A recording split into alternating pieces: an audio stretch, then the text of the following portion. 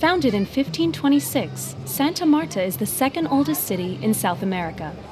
Bursting with culture and life, this now vibrant metropolis began to grow around the time a much older civilization, just 60 miles to the east in the nearby jungle, started to decline.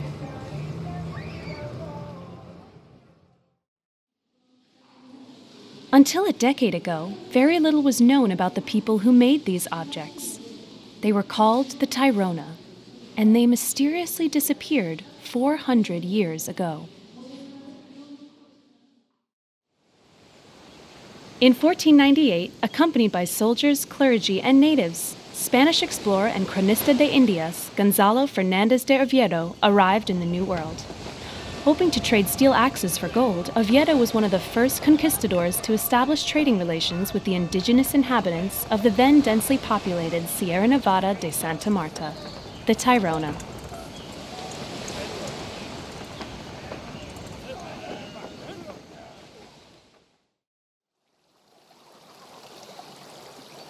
The Tairona and their predecessors flourished from 200 AD until their mysterious disappearance in the 16th century.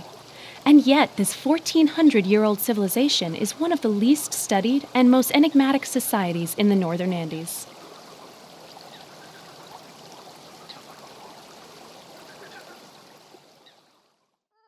Pero para llegar a sus moradas habían de subir por escalera, de losas bien compuestas y fijadas. De lajas grandes, anchas, bien compuestas, y escalas hay que tienen reventones, de más de 900 escalones. Muchas en estas sierras son mayores, y en partes prolijísimas calzadas, no faltas de grandezas y primores, y de hermosas lojas ensoladas que arguyen gran potencia de señores, que solían tener sierras nevadas.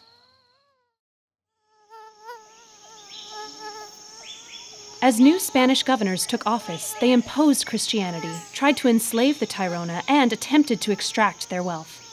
But the Tairona refused to be conquered.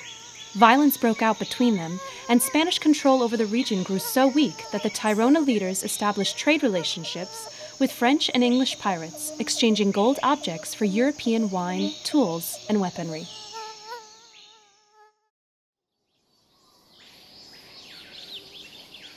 When you first lay eyes on Ciudad Perdida, it is clear that it was built by a people of insurmountable will.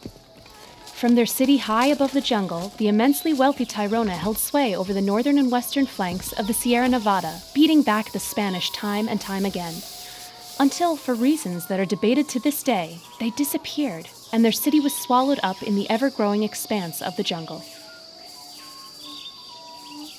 What happened to this almost mythical, larger-than-life people?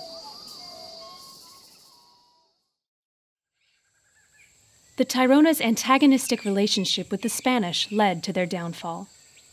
When they rose up against the newly appointed Spanish governor, Juan Girol Balón, it was to be their last act as a free people.